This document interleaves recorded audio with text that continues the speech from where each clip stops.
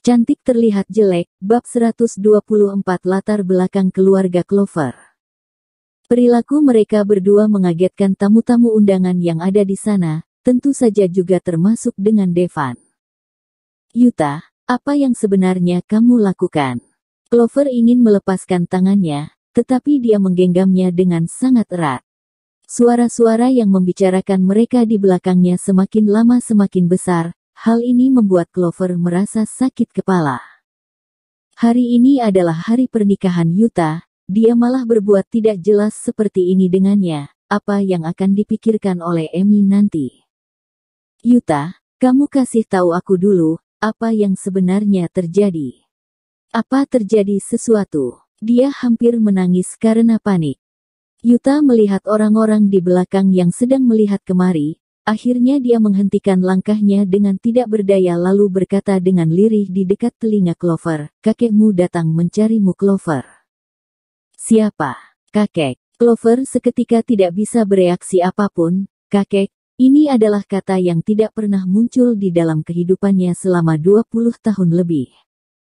Dia bahkan sudah lupa kalau di dunia ini masih ada keberadaan seseorang yang dinamakan kakek. Kakek, yang berarti adalah papa dari mamanya, tidak salahkan. Tetapi mamanya sudah meninggal, selain itu di dalam ingatannya, mamanya tidak pernah mengungkit soal orang tuanya, tidak pernah sekalipun. Terlebih lagi, dia sedang berada di luar negeri, dari mana tiba-tiba muncul seseorang yang dipanggil kakek ini.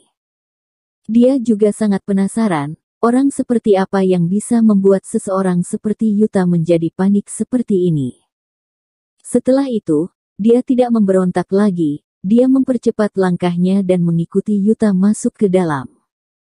Di luar lobi, beberapa orang yang mengenakan baju hitam berdiri membentuk dua baris. Saat mereka melihat Yuta dan dia datang kemari, mereka serempak membungkukkan badannya. Beberapa orang di belakang yang ingin ikut melihat dihadang oleh mereka di luar. Saat mereka masuk ke dalam aula, ayah Emi membelakangi mereka. Dia terlihat sedikit membungkukkan badannya. Di depannya ada seorang kakek yang berjanggut putih yang sedang duduk. Janggut kakek itu cukup panjang, rambutnya sudah memutih. Dia sedang menutup matanya dan mendengarkan ayah Emi membicarakan sesuatu. Pak, Clover sudah datang kemari. Yuta berkata. Ayah Emi membalikkan tubuhnya dan menatap Clover sambil tersenyum yang terlihat sedikit menakutkan. Clover, kemari, cepat kemari, kamu lihat, itu siapa?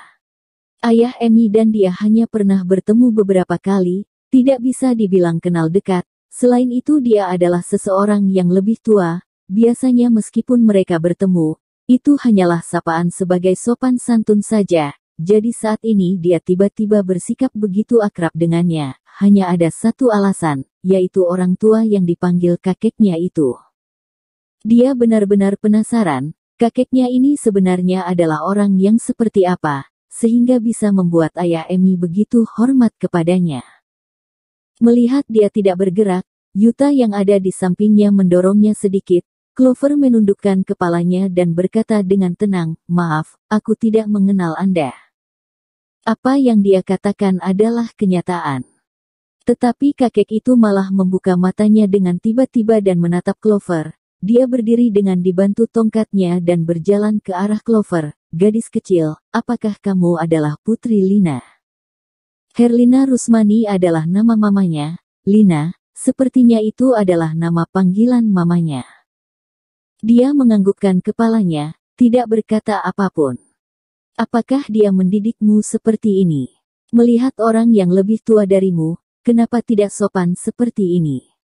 Kakek itu kelihatannya sudah tua, tetapi saat berbicara, suaranya malah terdengar dalam dan bertenaga. Dia terlihat lebih berwibawa dibandingkan dengan Devan. Tetapi dia tidak merasa takut sama sekali, malah sebaliknya. Dia lebih merasa marah kepada orang tua yang dipanggil kakek ini. Awalnya dia mengira kalau mamanya tidak mempunyai keluarga lagi, karena saat dia sakit sampai seperti itu, tetap tidak ada satu orang pun yang datang menjenguknya. Tetapi dia tidak menyangka ternyata ada, terlebih dia adalah keluarga dekat. Saat mamaku sakit sampai akhirnya meninggal, Tidak ada satu orang keluarga pun yang datang melihatnya. Jadi aku selalu mengira setelah mamaku meninggal, aku adalah yatim piatu, dari mana tiba-tiba muncul seorang kakek. Dia menjawabnya dengan santai. Dia mendengar beberapa suara tarikan nafas di sampingnya. Kakek Clover menatap gadis di depannya. Di matanya awalnya terlihat rasa sakit, setelah itu terlihat rasa kagum. Hanya saja, suaranya malah terdengar dingin, bahwa dia pergi. Saat dia baru selesai berkata seperti itu, muncul beberapa orang di samping Clover. Saat ini barulah Clover mendongak dan menatap orang tua itu, matanya terlihat bingung, apa yang Anda inginkan? Yuta juga panik, Tuan Rusmani, jika ada yang mau dibicarakan, lebih baik dibicarakan di sini. Anda adalah kakek Clover, dia belum dewasa, harap Anda memakluminya. Clover dapat mendengar kalau suara Yuta tanpa diduga terdengar sedikit bergetar. Nenekmu ingin berjumpa denganmu, selain itu, gadis kecil itu sekarang ini seharusnya sudah sampai di sana, lebih baik kamu pergi ke sana. Gadis kecil. Clover terkejut, apa yang Anda lakukan kepada Momo? Suaranya terdengar seperti sedang menginterogasi, membuat kakek Clover merasa sedikit tidak senang. Sudah berapa lama tidak ada orang yang berani berbicara seperti ini dengannya. Dia berbalik dan menempatkan kedua tangannya di balik punggung lalu berjalan keluar. Beberapa orang berbaju hitam itu juga berbalik dan berdiri di samping Clover, seperti sedang menunjukkan, kalau kamu tidak pergi, maka mereka akan memaksa dia untuk pergi. Momo ada di sana, jadi meskipun itu adalah gua singa, Clover juga pasti akan pergi. Jadi dia berbalik dan melihat Yuta serta tersenyum kepadanya. Tidak apa-apa, hari ini kamu adalah seorang mempelai lelaki, jangan mengerutkan keningmu. Oh iya, masalah perusahaan tolong bantu aku mengurusnya sebentar, aku akan segera kembali. Melihat pesawat pribadi yang mewah di depannya dan di depan pintu masuk pesawat berjajar dua baris orang-orang yang memakai baju hitam lagi, membuat Clover bergetar dan dia merasakan bagaimana rasanya menjadi orang penting seperti Devan dan Yuta. Clover mengkhawatirkan Momo, dia merasa kalau waktu berlalu dengan sangat lambat, jadi dia juga merasa kalau pesawatnya terbang dengan sangat lama. Akhirnya pesawatnya mendarat di suatu tempat yang mirip seperti istana zaman dulu. Setelah turun dari pesawat, ada sekelompok wanita yang menggunakan baju yang seperti pakaian zaman dulu berkerumun di sekitar seorang nenek yang anggun yang sedang berjalan ke arahnya. Pemandangan ini membuat Clover dalam seketika merasa kalau dia kembali ke masa lalu, telapak tangannya tanpa sadar sedikit berkeringat. Saat dia mengalihkan tatapannya ke bawah, dia melihat tangan nenek itu menggandeng seorang anak kecil. Jika itu bukan Momo, maka siapa lagi? Mama. Mama sudah datang. Momo berlari dengan sangat cepat dan masuk ke dalam pelukan Clover. Clover segera berjongkok dan memeriksa seluruh tubuh Momo. Momo, apakah kamu tidak apa-apa? Kenapa kamu ke sini seorang diri? Kenapa kamu tidak bilang dulu sama Mama? Karena Momo dimarahi oleh Clover, dia mendongak dan memandang kakek Clover. Kakek buyut, bukankah kakek bilang padaku kalau kakek sudah memberitahu mamaku? Dia mengerutkan alis dan mengerucutkan bibirnya yang kecil. Kakek Clover berdeham, bukannya ini sudah dijemput buat ketemu kamu? Anakku, kamu sudah menderita selama ini. Suara yang bergetar tetapi lembut terdengar dari atas kepalanya.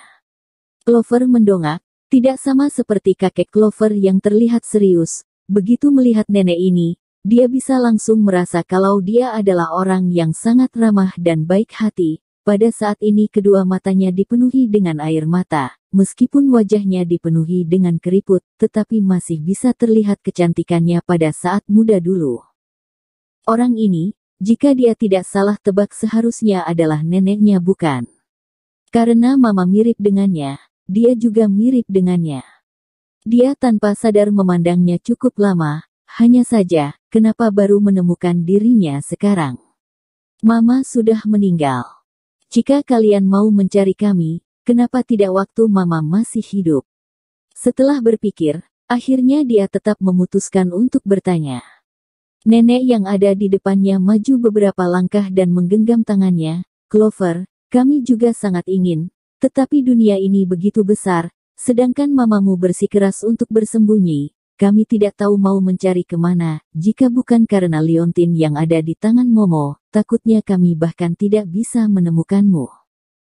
Liontin. Mama, lihat ini. Di telapak tangan Momo ada satu benang merah. Di ujung benangnya diikatkan sebuah liontin yang berbentuk diamond. Liontin itu terbuat dari perak, bagian luarnya berlubang, bagian tengahnya ada sebuah batu yang berwarna merah. Itu adalah peninggalan mamanya. Wajah Clover terlihat sedih, dia mengambilnya. Momo, dari mana kamu mengambilnya?